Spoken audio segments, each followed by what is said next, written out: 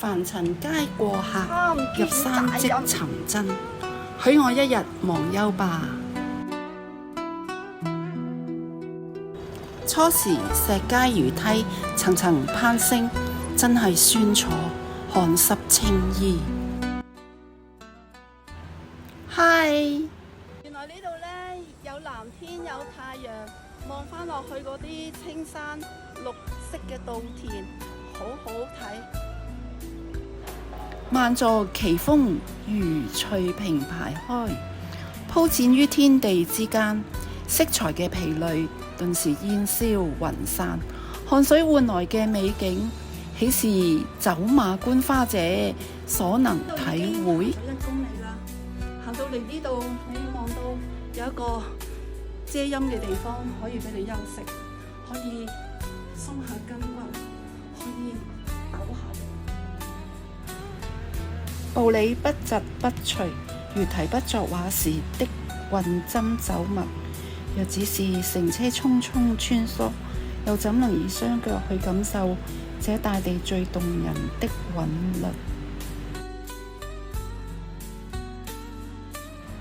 峰巒疊嶂，千姿百態，如洗練的潑墨，又似萬千蠟燭畫卷，拔地而起。天公造化之神奇，莫過於此啊！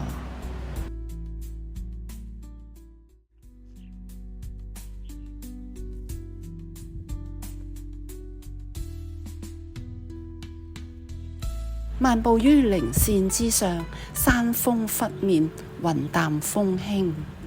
漫山野卉自開落，時有彩蝶繞衣飛。我停下腳步，看一朵花的盛開，想一隻蝶的輕舞。連過花甲，先至懂得養生兩個字。不單於靜坐修心，更在於將身心融入呢個大好河山，養一腔山水浩然之氣。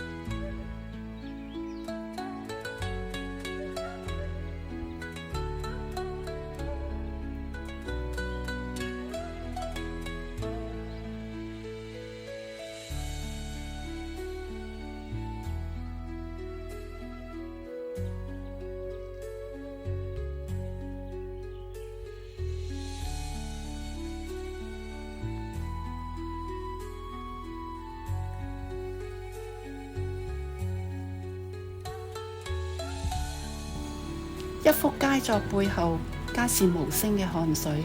多謝鏡頭背後呢班梳化服，辛苦晒。興之所至，心隨意舞，歲月悠悠，重拾少女般的歡愉。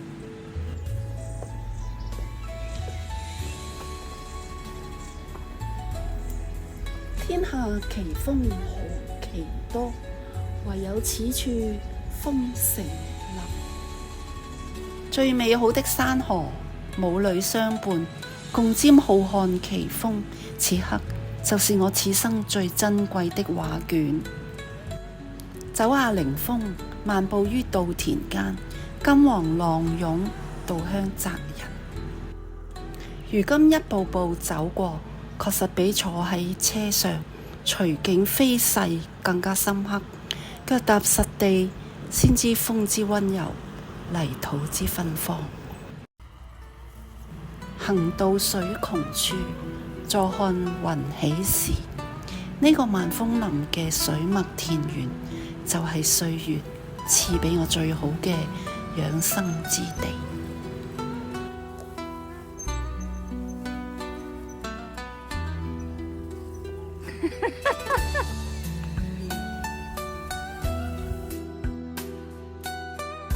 謝謝你的觀賞，下一條影片將會為大家帶嚟萬峰林爬山攻略懶人包。